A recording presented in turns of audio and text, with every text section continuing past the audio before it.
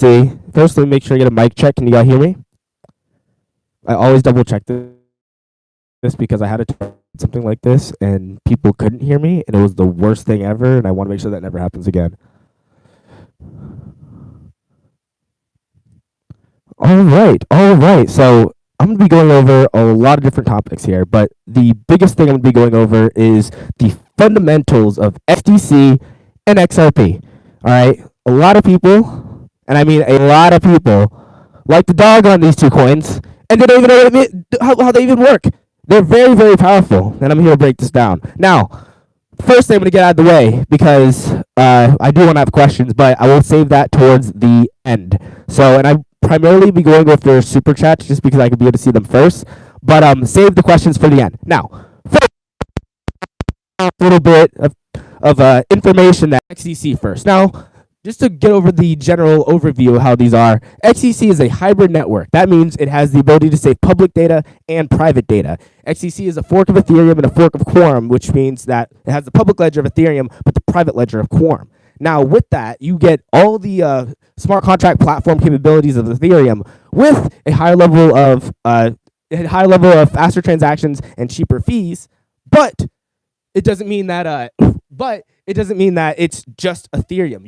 You are able to get the private ledger capabilities of Quorum, which means you're able to save private information. That's not the same as someone saying my lag down.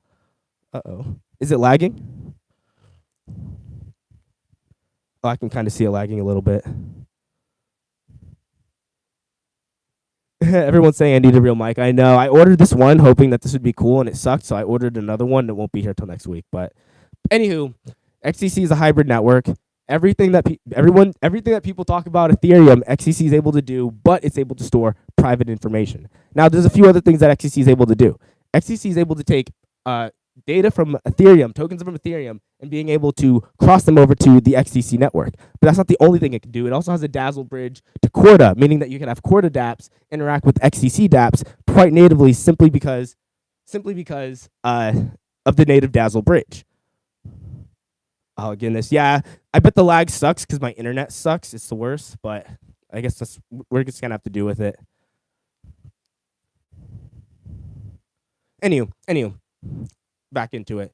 So one of the few things I really wanted to hammer in terms of what XDC can do is really getting over the functionality.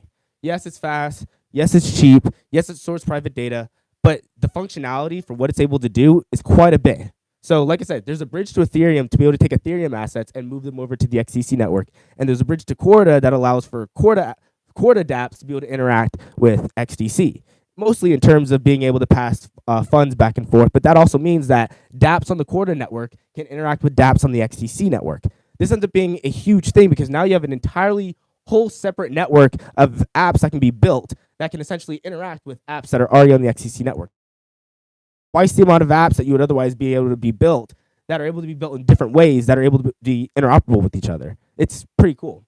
And with Ethereum, you can take native Ethereum assets and move them over to XDC, like Chainlink or other different assets that can reside on Ethereum, and you can very easily be able to migrate them over to the XDC network. Now, the next thing is, and this is kind of the biggest thing that I really want to hammer down, is the overarching concepts for why why XDC in the way it is able to do a myriad of different things. And we'll go over the tokenization of data, debt, and agreements. Now, everybody already knows the idea of like NFT, state, and all those different things. We're all used to that.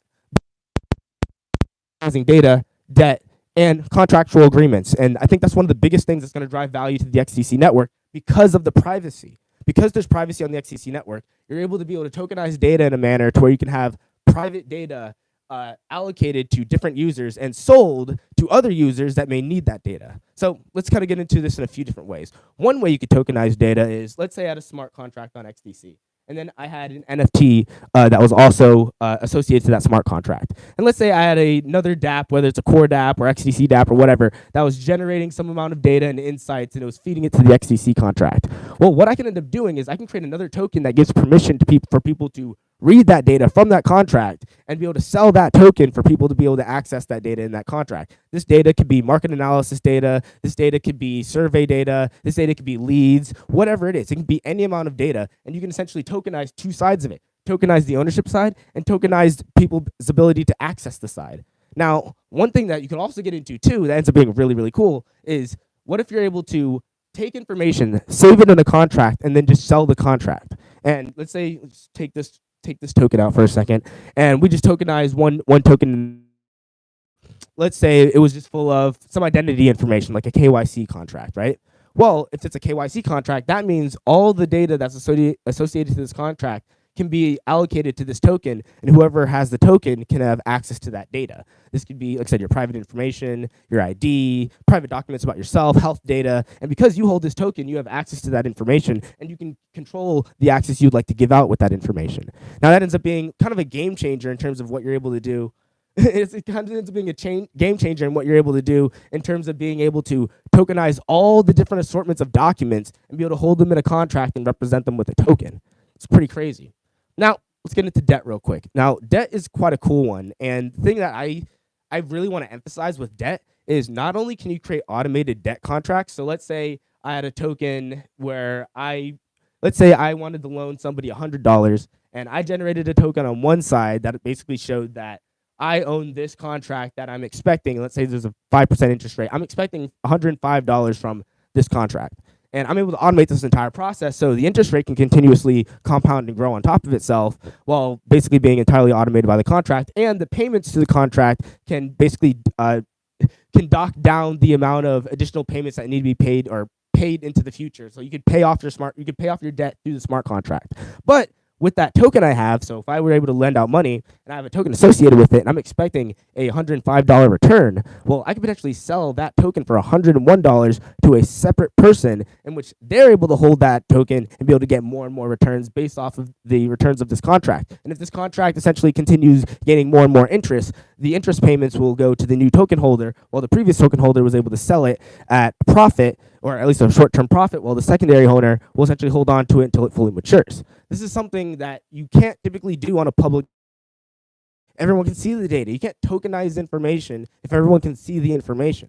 So being able to do this adds a lot of value to the XDC network simply by the fact that you can tokenize information in a smart contract and then allocate, or you could tokenize debt in a smart contract and information in a smart contract, and then allocate the information or allocate the funds accordingly based off the automation of the contract and be able to sell tokens of that data and that debt to secondary parties. Now, the third one I'm going to go into is contractual agreements, right? So let's say, for instance, it's not just me lending you money. It's us making like a trade deal or something. And we can tokenize both sides of the trade deal to really show the obligation. And in doing that, the holder of the token is essentially the one that's holding their side of the obligation. And in doing that, that's just a means of being able to prove that, hey, this is what I'm expecting from the contract because I'm the token holder, and I can sell that expectation from the contract by being able to take the token and sell it to a third party. That third party will now have whatever was in this contract, whether it was just some sort of agreement, whether it was a secondary agreement where let's say it was a debt contract like we said before, and I wanted to make sure that I believe this debt contract may potentially fail. Well, normally that would go to collections because you believe that they're not going to end up paying it back. Well, what you can end up doing is selling that token, and that token can represent the obligation of the contract, and they can go to court and say, hey, I am now the possessor of that contract. The person on the other end of it owes me money, and I'm essentially going to use this token as a means to show proof that I'm the sole. I'm not sure what the word is, but I'm the one who's essentially owed whatever in this contract, whatever it may be. And what ends up being really cool about this is no other technology can do this with the EVM and Solidity. So remember what I was saying before about how you can have assets from Ethereum migrate over to XDC? Well, all of those different dApps and assets and all those different things can now operate in that whole entirely natively as long as they're written in Solidity. And information coming from the core dApps can essentially fill up the XDC contract in order to be able to take outside information from other applications and be able to tokenize them in certain contracts on the XDC network. Now, yeah, I see everybody going, Quincy, slow down. Yeah, once I kind of get going, I kind of really get going. But the biggest thing is you can tokenize data by saving data in the contract and then creating associated tokens that represent the data inside of it. You can tokenize debt by creating contractual agreements and create tokens on either side, one showing that you owe the debt and the other side saying that you are owed a certain amount of debt. And the token basically represents that you are you're the beneficiary of whatever that is, or you hold the liability of whatever that may be. And then there's tokenizing agreements, which is any contract that you would otherwise make. You can essentially run in a smart contract, tokenize each side, like I said, the liability and the obligation, and essentially use that as a means to show proof that you are, well, not even really show proof, but just show ownership that you are the owner of this side of the contract or whatever it may be. Anywho, now let me get into XRP, which is going to be a little bit different. So XDC is a smart contract platform to allow for dApps to be able to, one, be interoperable with each other and execute off of each other, but also for you to build apps and applications for people to, use basically for people to use. It could be a social media application. It could be an application for managing contracts. It can be any type of app you can think of. That's what XDC is for. XRP, not primarily for dApps. XRP is for liquidity. Now let's get into XRP.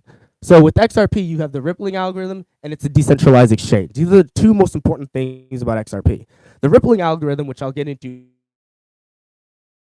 between multiple assets, and in doing so, it's able to do this all in one file sweep, to where you would typically need liquidity pools to be able to provide liquidity to different parties and different assets. But because of the rippling algorithm, you don't need liquidity pools. The algorithm is able to associate the funds to the the algorithm is able to associate the funds to the appropriate party in real time. So what ends up happening is, let's say you have party A, and party A has a stock, and party A wants to buy a commodity from party B. Well, party B is not just going to accept the stock as like capital or collateral or whatever. They're going to accept dollars. But on the XRP ledger, as they're making this transaction, the stock is going to go onto the XRP ledger, which is a decentralized exchange. And that stock is going to be traded somewhere in some order book, somewhere out there, for somebody that has dollars, that is willing to exchange dollars for that stock.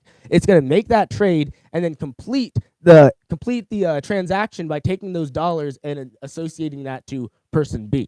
This happens. This can happen infinitely levels deep. So here I have a three-way transaction, but it can be four-way. So you can have a stock get translated into Japanese yen, get translated into Mexican pesos, get translated into dollars, get translated into whatever you're buying. It just keeps on going, keeps on going, keeps on going, keeps on going until you essentially meet your final path for being able to exchange the asset.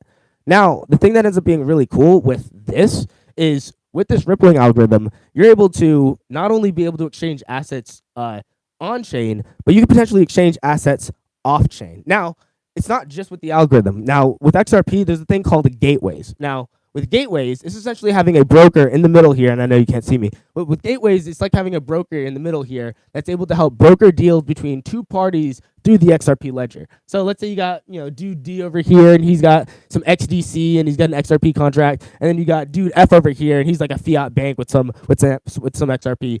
What you could potentially end up having is, let's say person D has primarily their assets valued in XDC, because they're dealing with their assets in XDC. They manage on the XDC network, and they may hold a lot of their capital that they may deal that's not in XDC on the XRP ledger. Now, what this allows them to do is, let's say person D needed to pay the bank, I don't know, $40 or whatever, right? Well, person D can essentially just exchange on the XRP ledger and they could have XDC derivatives, they could have whatever, like they could have USD dollar derivatives or just XRP, but they can exchange that for USD derivatives on the XRP ledger to the fiat bank. Now, let's say the fiat bank is like, hey, look, I appreciate the US dollars that you gave me, but I need, dollars to be able to pay bills and be able to pay my employees. Well, what this bank can do is, this bank can actually take those XRP dollars, those XRP stable coins, go to this broker over here at this gateway, and he can say, hey, look, I'm willing to exchange you XRP assets for non-ledger assets or non-XRP ledger assets. And he'll go, okay, pay a teeny tiny fee, and you're able to swap that out. And you may be looking at this and going, hey, this is pretty simple. Doesn't this seem like typical banking? Well, the thing that's cool about this is this goes in every which way. So let's say I had a fiat person over here trying to pay the person in XDC. They pay them in dollars. They get it on the XRP ledger. They're like, okay, cool, but I need XDC because that's how I run my applications. Well, he can essentially do the same thing, exchange the XRP for XDC or exchange the XRP for XDC derivatives on network, give them to the broker, which the broker will take the XDC derivatives and then send him XDC essentially in real life. And essentially what that allows them to do is this gateway allows for different parties on that both operate on the network but also have assets that aren't on the network are able to exchange their assets through a third party with the XRP ledger to allow for easy liquidity, but at the same time move those assets on chain, the off chain, and off chain, the on chain. It goes the other way around. So if I had a bunch of XDC, I may go to this gateway, exchange that XDC for XRP through the gateway, and then pay the broker who may go back to the gateway and get the dollars out. So what ends up happening is we end up going through this process of exchanging value, but on either end, I may be valuing my assets in XDC, and he may be valuing his assets in dollars. And from our perspective, it seems like maybe an extra step, but that one extra step for everybody keeps there from being a zillion extra steps for everybody how it would traditionally be done. Because if you wanted to have fiat person A and fiat and XDC person B over here, they would both need to have liquidity in both assets to be able to conduct trade with each other. But if they were going through a gateway, and this gateway was essentially operating on the XRP ledger in terms of having their assets, they're able to basically provide as much liquidity as they need in any asset, operate on the XRP ledger for the primary purpose of being able to provide liquidity on XRP in multiple derivatives, whether it's XDC derivatives or USDC derivatives, and then be able to take those on-chain assets and associate them to whether it's an off-chain, off-chain dollars or off-chain or other chain assets. They're able to give those actual assets for whatever fee they want. It can be whatever fee they want. They can exchange those assets for real life assets, while at the same time, each individual party is only dealing with their primary asset. They're all dealing with the XRP ledger. But if I was dealing with XCC, I wouldn't have to deal with dollars in order to make sure the person I'm sending to gets some form of dollars. And if they want it on the XRP ledger, and that's fine. But even if they wanted to swap that out, they're able to go to this gateway over here and very easily swap that out. Whew. Yeah, I kind of like blitz through that a little bit. I kind of do that when I'm nervous, but it's all good. Anywho, I got a question in here. So from Praxis Media Group, got a ton of XLM and XRP, should hold them XDC too. Yeah. What coin should I get into? My biggest thing is get into whatever coin you truly believe in. If you truly believe in the technology, then that's the technology you should follow. That's my primary outlook on things. Now, one thing I really want to hammer in is XRP is a derivatives platform. That's truly what it is. Every asset on the XRP ledger other than XRP is just a derivative of an off-chain asset. And that derivative can be swapped through a gateway for that off-chain asset. And like I said, XDC is a smart contract platform. XCC is everything that everybody wants Ethereum to do, but it's faster, cheaper, with privacy, multiple bridges, and you're able to have dApps on Corda interact with dApps on XCC, tokens on Ethereum interact with tokens on XDC, and being able to swap back and forth, being able to bring more liquidity, more assets, more transactions, and basically more interoperability. Because if there were a ton of dApps created on Corda, well, if there was no bridge between the two, there'd be no mechanism for them to be able to communicate. But because there's a bridge, all of those transactions that would otherwise be isolated on that network are able to cross over into the XCC network and be able to interact with XCC dApps, or at the very least interact with XCC assets. Yeah, I kind of feel bad. I did freaking just blitz through the front. I blitz when I'm freaking nervous, so I have no reason to be nervous, but whatever. But one thing I really did want to hammer in is the tokenization of data. So remember what I said before about how you could save data into an XDC smart contract and be able to tokenize it and associate a token with it, and different people can engage with it in different ways. Well, what if you created a token of some data on the XDC network, and then I took that derivative and brought it through a broker and put it on the XRP network? So now I could potentially take assets that are on the XDC network, manage the derivatives on the XRP network, and then be able to use a gateway to interact with those otherwise siloed assets and be able to allow for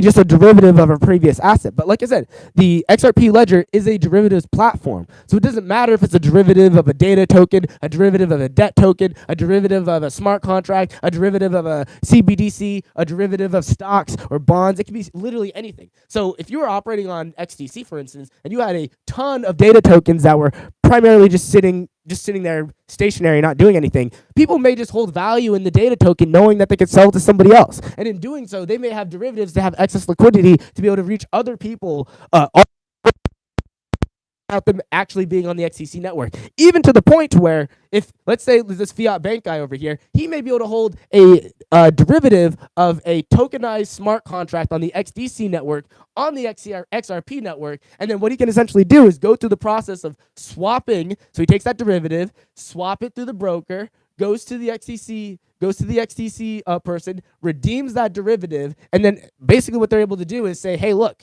like if I have a derivative of a token on the XRP network and I want to be able to redeem it on the XDC network, what if I sent a payment to the broker saying, hey, send this token to this address? He takes it, sends it to that address. He takes it, sends it back to the broker, and then he's able to cash out without even touching XDC. Even though he was dealing with XDC data derivative, he never touched it. He just went through this. He went through this broker gateway to be able to redeem the token and be able to swap out the value without actually holding the token at all. And I know I'm just kind of sorry. I see some questions in the chat. I hope that all made sense. I know I kind of just like splits and just totally ripped it a little bit, but I hope to get a little bit better at this too. Freaking, I haven't live streaming forever, so I feel like kind of weird live streaming. And I tried to make it super cold in here, but I'm just sweating. So god dang. All right, any questions? Even though I know I totally just blasted past all of that, but any questions? I see some questions coming through, but they're just coming too fast, so I don't know if I can read them.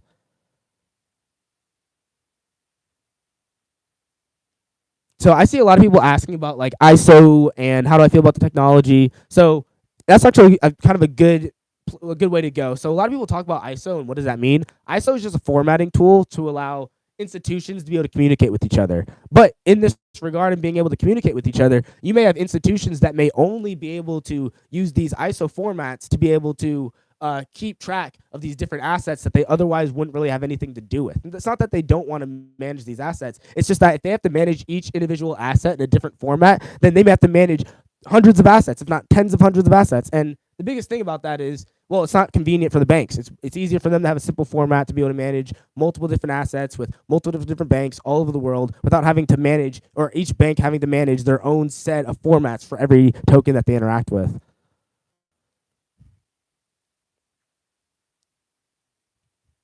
Oop, I see someone asked another question. Quincy, what's your thoughts on Quant and Overledger? Are you familiar with QSI Stellar, Great Currency Reset? So I'm familiar with Quant. I'm not sure what QSI is unless it's a derivative on Stellar. I think what's really cool about Quant, even though this whole thing isn't about Quant, but you asked the question, so I'll answer it. The cool thing about Quant is I'm pretty sure Quant is the token and Overledger is the operating system, and that operating system acts as an API to interact with other blockchains, and then the Quant token is a means to pay for that interaction with those APIs. That's all I got for you right there. I don't dive too far into Quant, but I dove enough in there to have a really decent understanding. I do like the technology. There was something I was trying to do in terms of that exact same thing, and then I found Quant, and I was like, yes, you saved me quite a bit of work. And Quant's an Ethereum token, so you can actually be able to migrate Quant over onto XDC and potentially operate with Overledger while Quant's on the XDC network. And if you really want to get crazy with it, you can eventually have Quant on the XDC network and then potentially move that Quant derivative onto the XRP network to be able to have access to broader liquidity. And a lot of people may be asking, they're like, but Quincy, XDC or XRP does all these things to maximize liquidity. What about XDC? It's a trade finance tool, right? What about maximizing liquidity there? Well, you're able to maximize liquidity by automating trade agreements. That's the biggest thing there. And most trade agreements now are just managed by lawyers and managed by labor and businesses, where if you can automate certain facets of these agreements, you're able to get a faster amount of, I don't know if you can call it liquidity, but you can get better transaction times for being able to enforce these contracts, where before they would otherwise have to be managed manually. And in XRP, and like I said, XRP is a derivatives decentralized exchange that maximizes liquidity. So XRP basically means no liquidity pools. This means automated trade finance tools and automated digital agreements. These are not the same thing. Liquidity is just maintaining the ability to have easy access to move tokens from one party to another without essentially having having the fastest means of being able to take that token and move it. Really, where here it's just automating these different tasks that you would otherwise be manually enforced.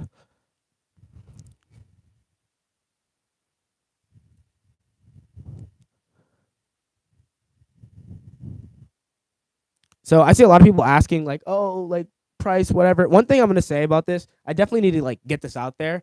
People ask me all the time about price. Quincy, what about the price? Quincy, what's gonna happen? What's gonna do? What I get asked a zillion times, and you want to know what the answer to that is? This is the answer. Clip this right here because this is the answer to your question.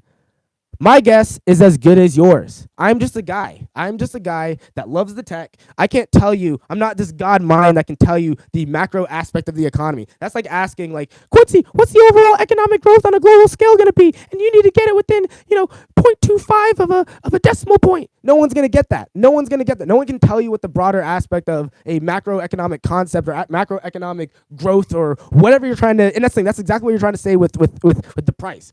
No one can pinpoint exactly what's going to do what. It's just, I can just tell you how it works. That's it.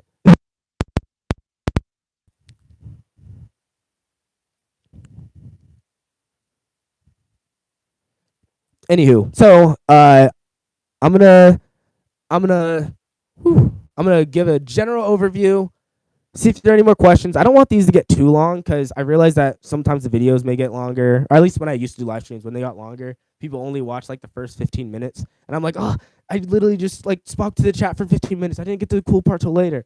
But so these streams are going to be typically a little bit shorter. Plus, I've got like a zillion other things to do. That's why I like doing these streams. So I'm able to take a lot of information, maybe get a little bit of feedback, and really just sort of like speak my mind on things. I like speaking more freely than I do the normal videos, mostly because I'm thinking too much about what I'm going to say, where now I'm just thinking about what I'm going to say and stumbling, but persisting on through with might, I guess. But anyway, XDC, it's a hybrid network, public-private ledger, fork of Ethereum and Quorum, and allows for different bridges to Ethereum, to Corda. Ethereum assets can come onto the XDC network. Corda dApps can interact with the XDC network. You can tokenize data, debt, and contractual agreements and represent them as different NFTs for different access and automate the regulation of those NFTs. And we have derivative platform with a rippling algorithm to maximize liquidity. That is a decentralized exchange. Rippling, like I said before, if you wanted to make an exchange between an illiquid asset and potentially even another illiquid asset, you could potentially scour the network to be able to find the shortest path to be able to make those exchanges by lining up the order books. And with having gateways, you could potentially do something similar to this off chain by being able to make different payments in whatever asset you'd like, while being able to go to a broker to cash out in the asset that you're primarily dealing with. So if I'm dealing with XDC, I could have an XRP account that's able to deal with other people on the XRP network, but go through a gateway to be able to redeem back into XDC, so I can be able to manage my assets in XDC. Where if I was dealing in fiat as a bank, I could do the exact same thing where I'm managing a lot of my assets on the XRP ledger, but if I need to pay my bills in dollars, I'm able to go through the broker and be able to manage my liquidity that way in terms of being able to get off-chain assets. And I feel like that sounded a lot better the second time because I was totally blitzing the first time, but now you got it. So you got it twice. Oh, I got another question. So what do you think about XSP? I'm not that familiar with XSP. And I get asked this a lot too. People ask me every coin you could possibly think of. Everyone. Every last one. I don't care what it is. It could be ranked 10,000 on CoinMarketCap. I get asked about every coin. And to be honest, like the main coins that I'm primarily focused on, obviously, is XDC. I work for the XDC network, but also XRP too. I like the technology. I've operated with it before. I've coded on it before, and it's something I do plan on. I do plan on potentially trying to build a bridge between these two networks with the XRP sidechain and being able to potentially have just like I stated before, being able to take XDC derivatives. Well, with the XRP sidechain, I can potentially make a bridge with the XRP sidechain, XRP EVM compatible sidechain, and then be able to programmatically move those derivatives onto the XRP network without having to go through a gateway. This is a goal of mine. It's something that I would like to see into the future.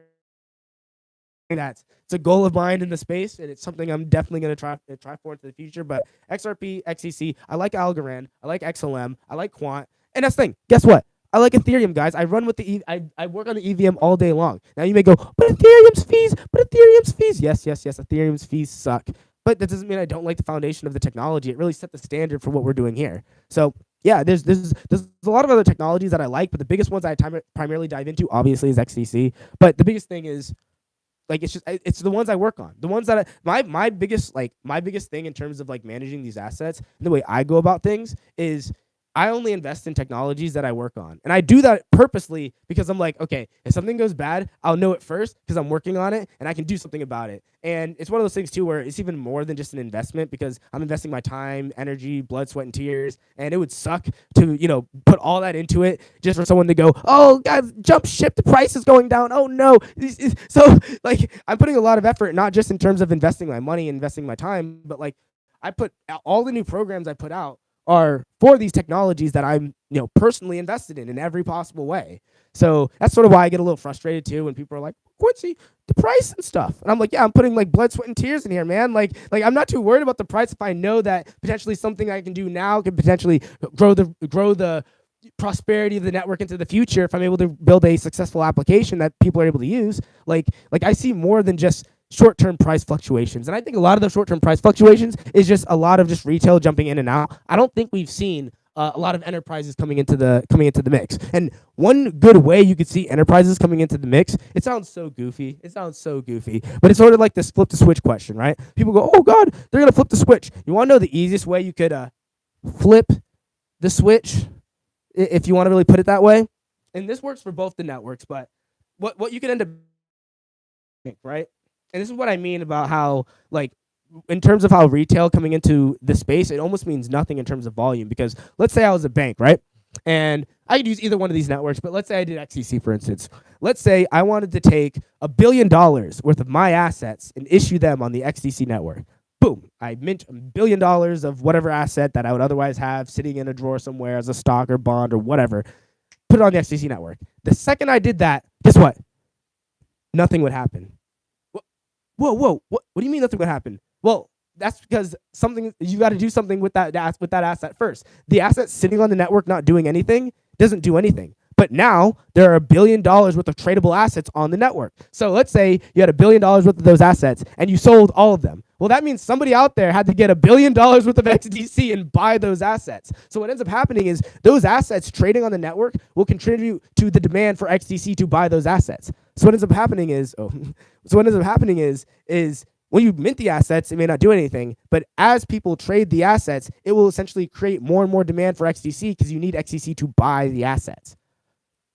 And it works like that with XRP too. So if you wanted to mint $10 billion on the XRP network and then sold it, well, guess what? Someone needed $10 billion of XRP to buy it, which means the amount of liquidity in XRP would need to increase to accommodate the liquidity demanded to buy those assets in the first place. And then as those assets get traded more and more, because you need the foundational coin to buy the asset and trade the asset, or at the very least, you need that to have the maximum amount of liquidity. You could potentially have others assets that you can buy and sell on these networks, but the main native asset's going to have the highest amount of liquidity than any other asset on that network. So XDC will have the most liquidity on the XDC network. XRP will have the most liquidity on the XRP network. It doesn't matter if you print $1 trillion US on there. In order for someone to buy one, they have to use XDC to buy the first one. And this is where a lot of this demand is going to come. So when they won't do anything, but as people buy them, the demand to buy those assets will increase the demand for the token as a whole, meaning that, and that's the thing, let's say I minted $1 billion of assets onto the network, and then I just sold it. And the next day it sold again. And the next day it sold again. That's $1 billion of volume that's now onto the network because people are buying these assets that are worth something.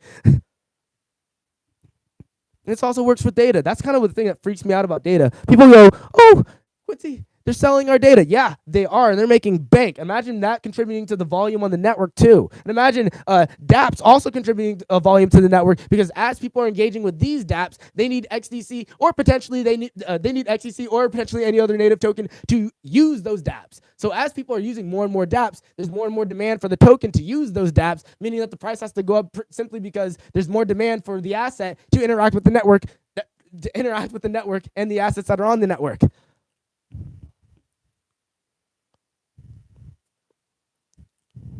Yeah, this stuff actually gets me super hyped. People always say, Quincy, you're so hyped. Holy cow. And it kind of makes me laugh because I'm like, oh my God, dude, I can be screaming to the moon and be entirely like, I can be screaming all this nonsense and stuff. And people will be going, wow, he's so excited and wouldn't question it. But I always get like asked like, why are you so excited about this? And I'm like, gosh, like it's the coolest thing ever. Like, what can I say? I can't deny this. It's the coolest thing ever. Like, my dog's losing his mind. I think somebody's at the door. Anywho, yeah, I think it's the coolest thing ever. So when I see people screaming like to the moon, I'm like, yeah, sure, cool, whatever. But what about to the data, to the debt, to the contractual agreements, to issuing assets and trading them on the network and building all this demand for the native asset to do that? What about all those things, dude? Like, that is insane.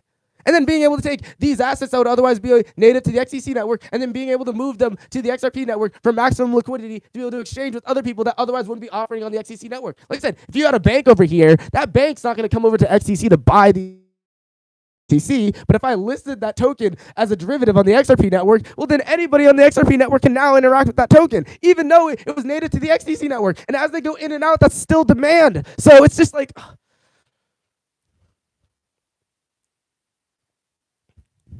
Anywho, this stream's getting a little long. You guys got me super hyped. I already see the flames and the rockets and stuff. It seems like I got everybody here hyped. But one thing I'm gonna say is XRP community, XDC community, ISO community, y'all need better talking points. These are lame. Everybody in the space talks about how the fees are so cheap and the settlement times are so short. You got rippling. You got the ability to have gateways and brokers. You got a decentralized exchange on the XRP network. You got a hybrid network. You got tokenizing data, debt, agreements. You have the ability to cross into other networks in terms of dApps interacting with each other. You have assets on Ethereum coming to XDC. What if all these assets on Ethereum said, you know what?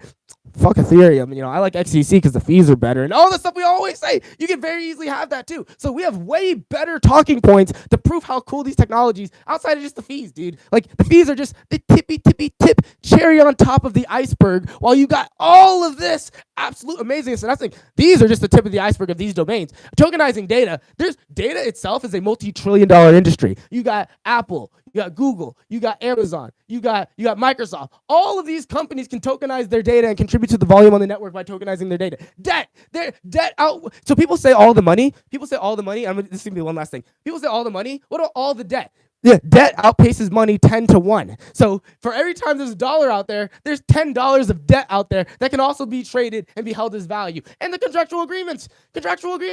Every time you make a contract with somebody, they can be passing funds with each other. Those are funds that are being passed on the XDC network that are able to now be able to that also contribute to the demand on the network that are now able to be traded on almost programmatically on the XDC network. That make this look like nothing. Like, when people brag about these from other networks, I'm like, is that all you got? Oh, you got private data, bro? Or how about tokenized debt? Or how about the rippling algorithm? No one ever talks about this. At least with XRP, the rippling algorithm means no more liquidity pools. I don't think you get this. I've literally had like conversations with like millionaires and billionaires about this, and their mouths just go. Like, they literally, like, their brains explode. So they're like, wait, so if I had like $500 million in mortgages or mortgage-backed securities and I want to be able to get high-level liquidity right out of it, I can very easily use the rippling algorithm on the XRP network to be able to liquidate them into what? US bonds or whatever instantly without having to go to a central broker? Yes, you can. And you can do that with hundreds of thousands of dollars, hundreds of millions of dollars, if not billions of dollars. It's insane. Whew. Yeah, honestly, I think this is probably going to be the natural energy for a stream. I definitely feel a lot at the beginning. I don't know why I felt so nervous at the beginning. I don't know why I felt so nervous, but once I get into it, I am into it. And as you can see, there's a lot to get into. Whew. Anywho, any more questions? That was a lot. I definitely want to have more of these streams, more streams like this more often. I'm buying more stuff for my set. I'm gonna get a little clip-on mic so I don't have to be yelling into this the whole time. And I'm gonna be getting a little backdrop thing and a like rolly, what's it called? A rolly whiteboard, so I can do a few other things. So I can bring the whiteboard up, spin it, and have things on the front and back. And I want to do a few things, but this is sort of my makeshift temporary live stream set right now until I get all the rest of the stuff coming in. And I like these because I can be a lot more like free flowing. I think there are a lot of cool ideas we can explore here. I think we could go over a ton of things on the whiteboard and showing different diagrams of how different technologies can be thrusted into the future for how people can interact with them and trade on them and do all these different things that these technologies are able to do. Without just going into, oh, but the fees and the settlement time, guys. Come on. Like this alone, the tokenizing data and the rippling algorithm should be like literally like your biggest talking points for XRP and XDC. You will absolutely slaughter people in arms. People will be going, what? Are you telling me that you can potentially move billions of dollars without any liquidity pools? What? And you can tokenize data, which means that you can take the entire assortment of data on the internet and tokenize it and trade it, adding to the volume on the network. Holy cow. What does that mean for the price? I don't know, but it means something insane. I know that much. Like, whew. Anywho, yeah, I think I'm gonna end the stream there unless there's any more questions, or I'm gonna give you guys 1 more minute for questions. But yeah, I definitely want to have more streams like this. Definitely super fun. Definitely want to talk about more than just the typical technologies that I go into. But when I do talk about these, I want to get deeper into them. I want to get into tokenizing. Maybe do an entire stream for tokenizing data, tokenizing debt, an entire stream on what the rippling algorithm means for the banking sector. Woo! People are like, oh, what about the Nostro Vostro accounts? Yeah, that's one little aspect of that. Imagine freeing up the entire derivatives market in terms of being able to take any derivative and using it as instant capital to be able to exchange for cash on demand. That's essentially what on-demand liquidity is, except Ripple adds on a lot of extra fluff. But that rippling algorithm is essentially what on-demand liquidity is. Literally. But whew, anywho, it was good seeing you. I don't see any more questions, and I'll see you guys on the next one. It's definitely a lot of fun.